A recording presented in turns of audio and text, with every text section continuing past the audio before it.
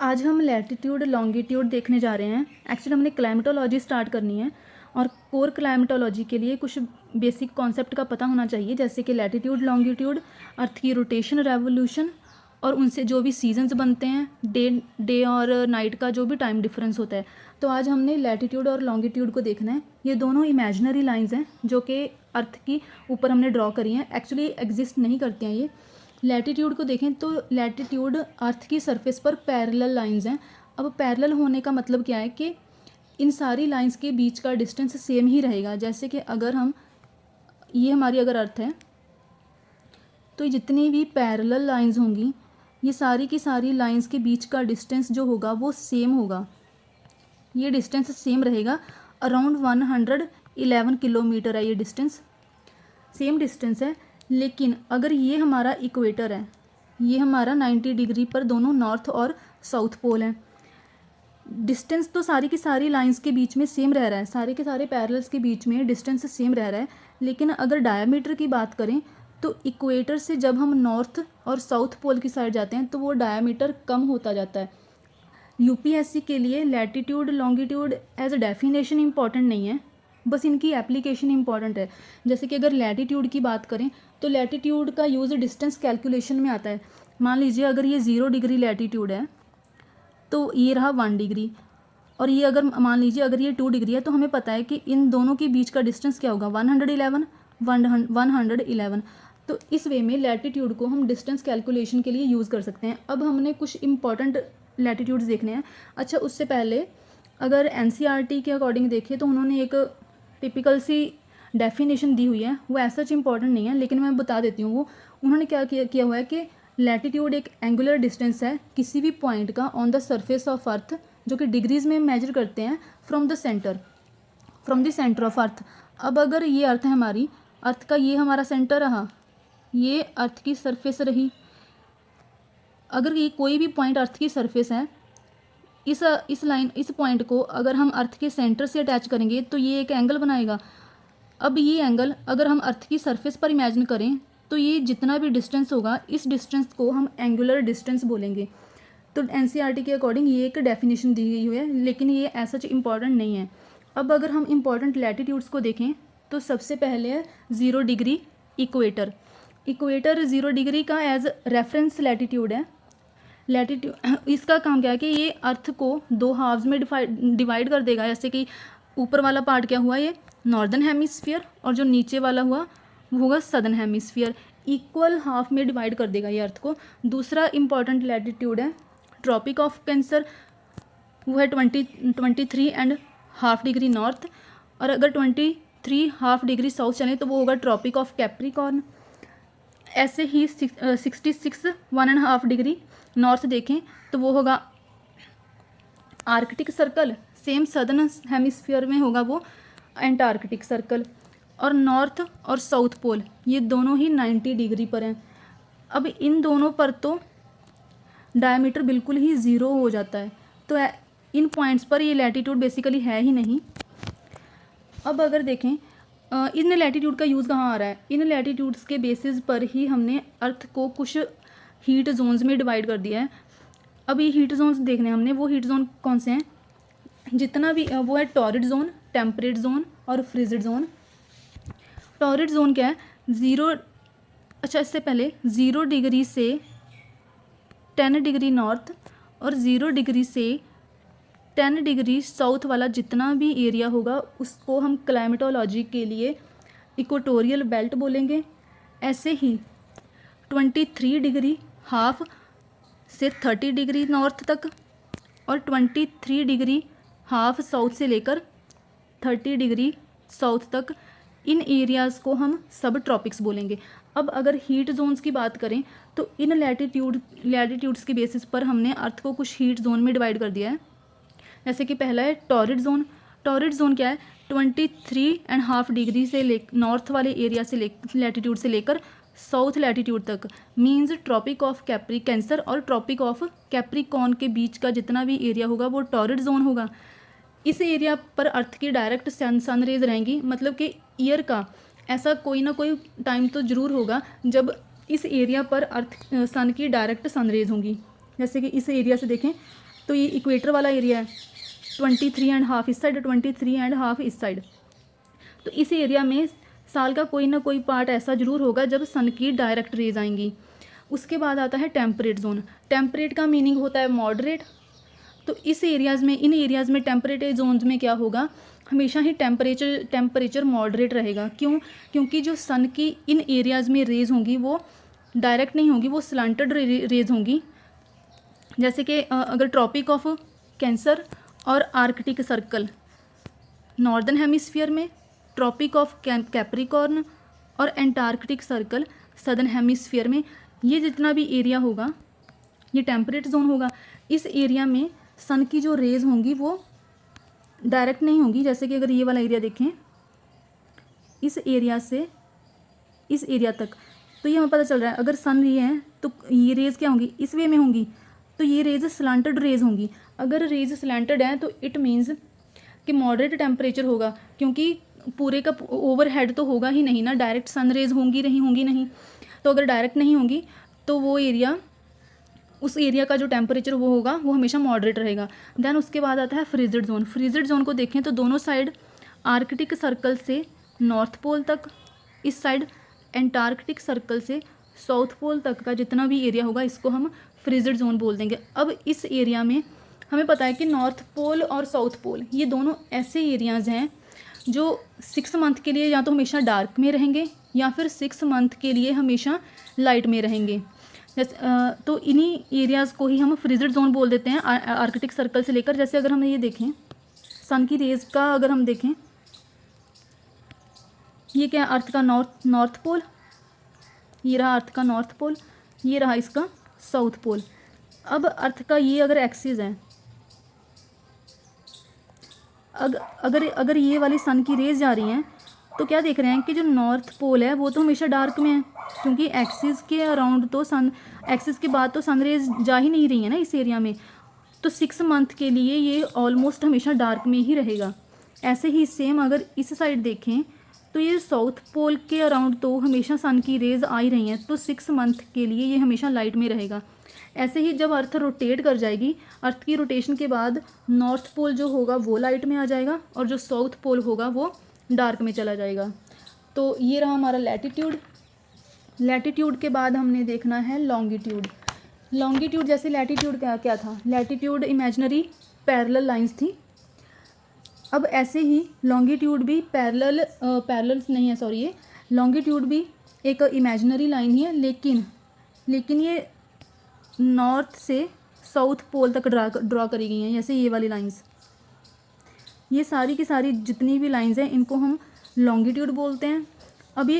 अब जैसे लैटिट्यूड का काम क्या था, वो अर्थ को नॉर्दर्न और सदर्न हेमिस्फीयर में डिवाइड कर रहे थे, नॉर्थ और साउथ पार्ट दे रहे थे। ऐसे ही अगर हम लॉन्गिट्यूड की बात करें उससे हमें वेस्ट और ईस्ट पार्ट मिलेंगे अर्थ के। मतलब कि जो लॉन्गिट्यूड होंगे, अगर 0 डिग्री वाला लॉन्गिट्यूड लेंगे तो ये बेसिकली अर्थ को 2 पार्ट में डिवाइड करेगा। वो होगा एक तो ईस्टर्न हेमिस्फीयर और दूसरा होगा वेस्टर्न हेमिस्फीयर।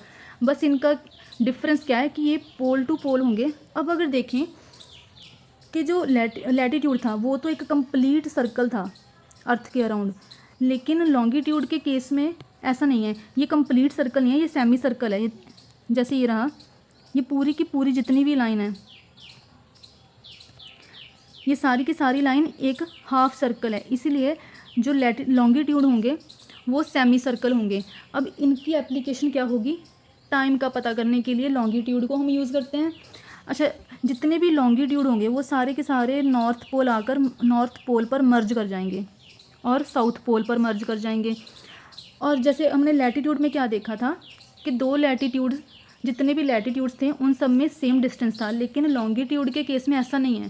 जैसे 2 लॉन्गिट्यूड्स को देखें, इस एरिया में डिस्टेंस कम है, जो इक्वेटर वाला एरिया होगा उस एरिया में डिस्टेंस ज़्यादा होगा। तो इट मीन्स जो लॉन्गिट्यूड्स होंगे उनमें डिस्टेंस सेम नहीं होगा जैसे कि लैटिट्यूड में होता है।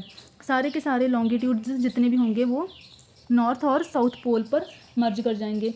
अच्छा, इसको हम टाइम की कैलकुलेशन के लिए कैसे यूज़ करते हैं, जैसे क्या था कि 1884 में रॉयल एस्ट्रोनॉमिकल ऑब्जर्वेटरी है एक ग्रीनविच लंदन में, उसको 0 डिग्री प्राइम मेरिडियन चूज़ करा गया। अब इसी को ही क्यों चूज़ करा गया, किसी और कंट्री के लिए भी तो चूज़ कर सकते थे। बस रीज़न उसका इतना सही है क्योंकि 80s वाला जितना भी टाइम था उस टाइम पीरियड में 1880s के अराउंड जितना भी टाइम था, लंदन या फिर ब्रिटिशर्स जो थे वो एक सुपर पावर थे।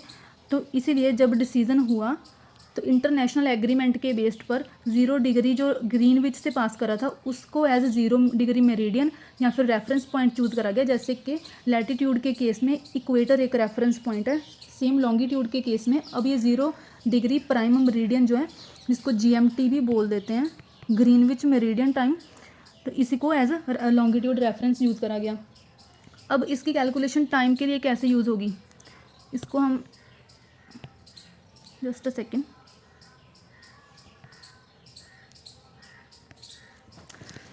अच्छा, अब जो अर्थ होती है, अर्थ 360 डिग्री का सर्कल, 360 डिग्री का जो सर्कल होता है वो 24 आवर्स में कंप्लीट करती है, ये हमें पता है। अगर 24 आवर्स में कंप्लीट करती है तो 15 डिग्री कितने आवर में कंप्लीट करेगी, सिंपल मैथमेटिक है, 1 आवर में। और ऐसे ही जो 1 डिग्री होगी वो 4 मिनट में कंप्लीट करेगी। इसी के बेसिस पर अब हमने इंडियन स्टैंडर्ड टाइम को देखना है। ये तो देख लिया कि जो रेफरेंस लॉन्गिट्यूड है वो 0 डिग्री ग्रीनविच प्राइम मेरिडियन है। अब हमने इंडिया का केस देखें तो जो इंडिया का स्टैंडर्ड मेरिडियन है वो है 82.5 डिग्री ईस्ट, या फिर इसको लिख सकते हैं 82 डिग्री 30 मिनट ईस्ट। ये स्टैंडर्ड मेरिडियन जो ग्रीनविच टाइम मेरिडियन है उससे 5.5 आवर्स आगे है। अब ये ऐसा क्यों है, क्योंकि अभी ऐसा इसलिए है क्योंकि जो अर्थ है वो अर्थ वेस्ट से ईस्ट रोटेट करती है। अब हमने ये देखा कि 15 डिग्री 360 डिग्री रोटेट करने के लिए उसको 24 आवर्स लग रहे हैं। ऐसे 15 डिग्री रोटेट करने के लिए आगे जब वो मूव करेगी अर्थ तो उसको 1 आवर लगेगा। अब इसके बेसिस पर अब हम देखें, जब अर्थ वेस्ट टू ईस्ट रोटेट करेगी तो जैसे ही वो 15 डिग्री ईस्टवर्ड जाएगी तो जो भी उस एरिया का लोकल टाइम होगा वो 1 आवर से इंक्रीज़ हो जाएगा। और सेम ऐसे ही जब अर्थ 15 डिग्री वेस्टवर्ड जाएगी तो उस एरिया का जो टाइम होगा वो 1 आवर से कम हो जाएगा। तो इससे क्या होगा, जितनी भी प्लेसेस अब ग्रीनविच के ईस्ट साइड होंगी उस साइड में जो सन होगा वो जल्दी राइज़ करेगा, और जितनी प्लेसेस ग्रीनविच के वेस्ट साइड होंगी उन एरियाज़ में या उन कंट्रीज़ में जो सन होगा वो बाद में राइज़ करेगा। इसका मतलब क्या है कि जो ईस्ट वाली कंट्रीज़ होंगी उनका टाइम आगे होगा और जो वेस्ट वाली कंट्रीज़ होंगी उनका टाइम पीछे होगा। अब जो हमारा इंडिया है वो ग्रीनविच के ईस्ट साइड है, तो इट मीन्स जो इंडियन स्टैंडर्ड टाइम होगा वो हमेशा ही ग्रीनविच टाइम से आगे होगा। वो कितना है, अब वो है 5 आवर एंड 30 मिनट आगे है, क्योंकि जो इंडिया का स्टैंडर्ड टाइम मेरिडियन है वो 82.5 डिग्री ईस्ट है या फिर 82 डिग्री 30 मिनट ईस्ट। अब ये 5 आवर और 30 मिनट ये टाइम कैसे आया, इसको हमने ग्रीनविच से हमें पता है कि 15 डिग्री लॉन्गिट्यूड के लिए 1 आवर का टाइम या तो गेन होगा या फिर टाइम रिड्यूस होगा अगर वो वेस्टवर्ड को ही मूव करेगा। तो 15 डिग्री के लिए अगर 1 आवर है तो 75 डिग्री के लिए कितना होगा, 5 आवर हो जाएगा, क्योंकि 15 5 जा कितने होंगे 75, इस साइड भी 5 ऐड हो जाएंगे तो ये 5 आवर का टाइम हो गया। अब बचा अब 82 के लिए, और 75 डिग्री तक तो हम पहुंच गए। 82 डिग्री तक पहुंचने के लिए हमें 7 डिग्री और ऐड करने होंगे और 5 डिग्री एक्स्ट्रा हैं, तो इसी की वजह से 30 मिनट और ऐड हो जाते हैं। तो इसका एंड रिज़ल्ट आता है 5 आवर 30 मिनट, जिसका मतलब है कि जो इंडियन टाइम होगा ग्रीनविच टाइम से 5 आवर 30 मिनट्स आगे होगा। हमें ये तो पता चल गया कि जो इंडिया का केस है उसमें ग्रीनविच टाइम से जो हमारा इंडिया है वो 5 आवर 30 मिनट आगे होगा। लेकिन जो इंडिया का लॉन्गिट्यूडिनल और लैटिट्यूडिनल एक्सटेंट ऐसा है कि हमारे जो वेस्टर्न और ईस्टर्न साइड है उन दोनों में भी 2 आवर्स का डिफरेंस है। मतलब कि जो हमारा अरुणाचल प्रदेश वाला एरिया है उस साइड में सन जल्दी राइज़ कर जाएगा, और जो गुजरात वाला एरिया होगा इस साइड सन बाद में राइज करेगा। अब इस 2 आवर्स की वजह से क्या हो रहा था कि जो ईस्टर्न नॉर्थ ईस्टर्न वाले लोग हैं उनका जो बॉडी साइकिल है वो अफेक्ट हो रहा था, क्योंकि हमारा ये एक सर्केडियन रिदम होता है। सर्केडियन रिदम क्या कहता है कि जो हमारी बॉडी है वो सनराइज़ और सनसेट की वजह से इन्फ्लुएंस होती है। मतलब कि जो हमारा इन्वायरमेंट होता है वो हमारी बॉडी को इम्पैक्ट करता है। अब क्या हो रहा था कि जो अरुणाचल प्रदेश के लोग थे उनके लिए तो सन 2 आवर्स पहले ही राइज हो जाता था। तो इससे क्या होता था कि जो ऑफिस आवर्स थे वो क्लैश करते थे। जैसे कि अगर 7 बजे ऑफिस लग रहा है तो 7 बजे ऑफिस ओपन हो रहा है, तो अरुणाचल प्रदेश के लिए लोगों के लिए क्या हो रहा था कि 5 बजे ही ऐसा लगने लग जाता था कि जैसे सनराइज़ हो चुका है। और लेकिन वेस्ट साइड अरुणाचल गुजरात वाला एरिया होगा उनके लिए तो वो 7 o'clock ही रहेगा। तो इसी वजह से उनको कुछ हेल्थ इश्यूज़ भी आ रहे थे। तो इसी वजह से नॉर्थ ईस्ट के जो जितने भी एरियाज़ हैं, स्पेशली असम और अरुणाचल वाले एरियाज़, वो डिफरेंट टाइम जोन की डिमांड कर रहे हैं। लेकिन हमारी इंडिया की यूनिटी को देखते हुए हम एक ही टाइम जोन को फॉलो कर रहे हैं जो कि इंडियन स्टैंडर्ड टाइम है। अगर ब्रिटिशर्स के टाइम की बात करें तो उस टाइम पे actually India 2 time zone follow करता था। जो नॉर्थ ईस्ट के लोग थे, स्पेशली असम के लोग, वो एक चाय बागान टाइम को फॉलो करते थे। चाय बागान टाइम जोन, उस टाइम जोन के अकॉर्डिंग जब वहाँ पर सनराइज़ जल्दी हो जाता था तो वो ये टाइम जोन उसी रिदम के अकॉर्डिंग ही चलता था। लेकिन बाद में फिर आफ्टर इंडिपेंडेंस इंडिया की यूनिटी को देखते हुए उस टाइम जोन को हटा दिया गया। तो अब इंडिया सिर्फ एक ही टाइम जोन फॉलो करता है, Indian standard time zone. Assam वाला इशू है, चाय बागान टाइम जोन वाला इशू, ये मेंस पर्सपेक्टिव के लिए इम्पॉर्टेंट है कि क्यों नॉर्थ ईस्ट वाले जितना भी जो एरिया है उसको सेपरेट टाइम जोन नहीं देना चाहिए, क्योंकि ऑलमोस्ट जितनी भी बड़े लॉन्गिट्यूडिनल एक्सटेंट वाली कंट्रीज़ हैं उनके डिफरेंट टाइम जोन्स हैं। जैसे कि अगर रशिया की बात करें तो रशियन रेवोल्यूशन से पहले उसके 11 टाइम जोन्स थे, लेकिन अब उसके 9 टाइम जोन्स हैं। ऐसे ही अब नॉर्थ ईस्ट के लोग अगर डिफरेंट टाइम जोन डिमांड कर रहे हैं सर्केडियन रिदम के अकॉर्डिंग, लेकिन हमारा इंडिया ये अलाउ नहीं कर रहा है। उसके रीजंस मीन्स पर्सपेक्टिव से इंपॉर्टेंट है।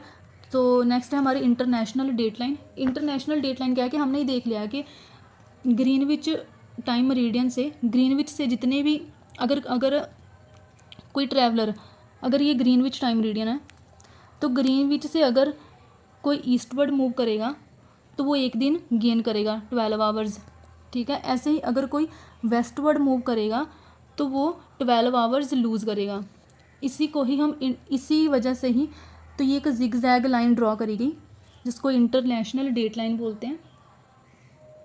इंटरनेशनल डेट लाइन एक वो लाइन है जिससे एग्जैक्टली एक दिन का डिफरेंस हो जाता है डेट्स में। इसको एक डायग्राम से देख सकते हैं। अगर ये 0 डिग्री लॉन्गिट्यूड है प्राइम मेरिडियन, ये मान लीजिए 30 डिग्री, और ये रहा 180 डिग्री ईस्ट, 30 डिग्री वेस्ट और 180 डिग्री वेस्ट। अब अगर ग्रीनविच टाइम मेरिडियन या फिर प्राइम मेरिडियन पर 12 AM है तो 30 डिग्री लॉन्गिट्यूड पर टाइम कितना होगा? ईस्टवर्ड मूव करेंगे तो टाइम गेन होगा। 15 डिग्री की पे 1 आवर का गेन होता है, तो 30 डिग्री पर कितना होगा? 2 आवर्स का। तो प्लस हो जाएंगे 2 आवर।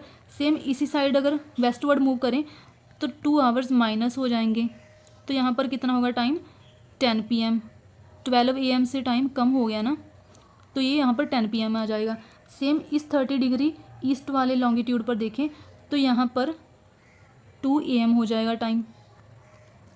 लेकिन जैसे जैसे हम 180 डिग्री तक पहुँचेंगे ये एग्जैक्टली 12 आवर का डिफरेंस आ जाएगा। अब अगर 12 आवर का डिफरेंस आया है तो इट मीन्स इस जगह पर 12 AM होगा, सेम इस साइड भी 12 AM होगा। अब डिफरेंस कहाँ पर आएगा? क्योंकि ग्रीनविच के ईस्टवर्ड मूव करने पर टाइम गेन हो रहा है तो डे भी गेन हो रहा है। टाइम अगर गेन हो रहा है तो 12 आवर का तो एक दिन या फिर डे होगा या फिर नाइट, तो वो तो हो जाएगा ना, तो वो तो टाइम 12 आवर का गेन हो गया। तो इट मीन्स अगर इस जगह पर 12 जनवरी है, 12 आवर्स गेन करने के बाद 20 जनवरी है, तो यहाँ पर क्या हो जाएगी 21 जैन। सेम इस एरियाज, इस वेस्ट वाली साइड में क्या होगा, 12 आवर्स माइनस हो जाएंगे। तो लेकिन चाहे टाइम सेम है, 12 AM ही है, लेकिन डेट चेंज हो जाएगी। यहाँ पर अगर 20 जनवरी थी तो ये एक दिन कम हो जाएगा, तो ये हो जाएगी 19 जनवरी। इसी वजह से अब कंट्री, इसी वजह से क्या हो रहा था,